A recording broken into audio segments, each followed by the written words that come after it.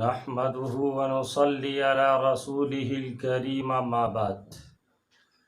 میرے پیارے بھائیوں اور بہنوں، السلام علیکم ورحمۃ اللہ وبرکاتہ۔ حنفیہ کے نزدیک نماز عید سے پہلے اور بعد میں نوافل پڑھنے عیدگاہ میں مطلقاً مکروہ ہیں، اور گھر میں پہلے تو پڑھنے مکروہ ہیں اور بعد میں پڑھے جا سکتے ہیں۔ امام مالک رحمۃ اللہ علیہ کے نزدیک گھر پر پڑھنے جائز ہیں اور عیدگاہ میں مکروہ۔ امام شافعی رحمۃ اللہ علیہ کے نزدیک امام کے حق میں مطلقاً مکروہ کہ کہیں نہ پڑھے، اور مقتدی کے حق میں مطلقاً جائز کہ جہاں کہیں بھی پڑھ سکتا ہے، اور امام احمد ابن حنبل کے نزدیک مطلقاً مکروہ نماز عید سے پہلے بھی اور بعد میں بھی۔ عید الاضحیٰ کے دن آپ صلی اللہ علیہ وسلم اس وقت تک کچھ نہ کھاتے تھے جب تک کہ بقرعید کی نماز سے فارغ ہو کر واپس نہ آ جاتے۔ مستحب ہے کہ قربانی کرنے والا جانور کی گردن پر اپنے ہاتھ سے چھری پھیر کر خود ذبح کرے،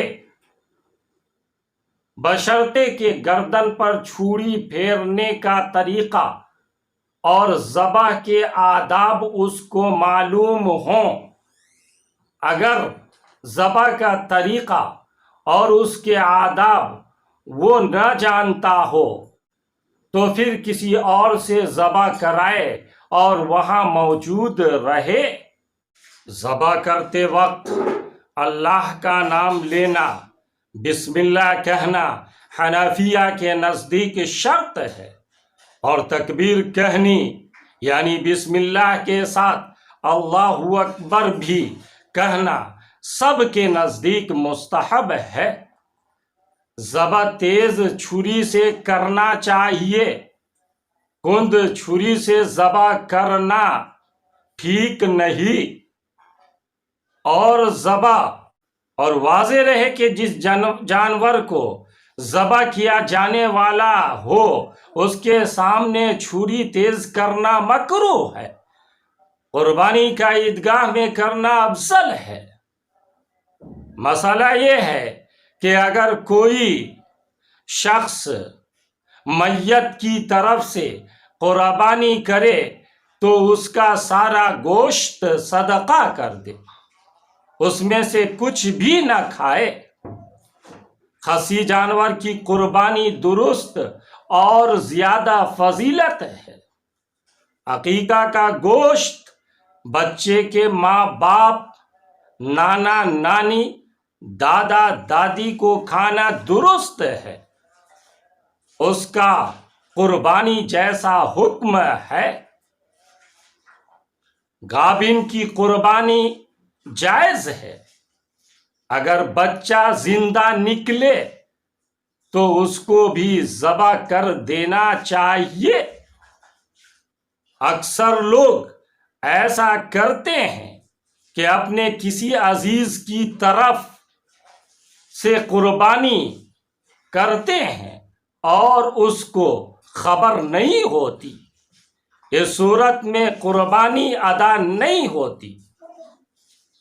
اس میں بڑی احتیاط چاہیے، اس لیے کہ اگر ایسی کوئی صورت پیش آ جائے گی کہ جس سے ایک حصہ کی قربانی صحیح نہ ہو تو کسی کی بھی قربانی صحیح نہ ہوگی۔ قربانی کا گوشت چماروں کمہاروں کو بھی دینا جائز ہے، بشرطے کہ کسی کام کی اجرت میں نہ دیا جائے۔ گوشت کو اندازے سے بانٹنا حرام ہے۔ بعض لوگ ایک ذی الحجہ سے قربانی ہونے تک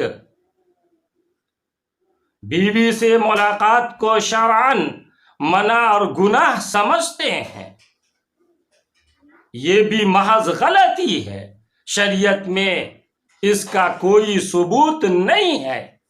وما علینا الا البلاغ،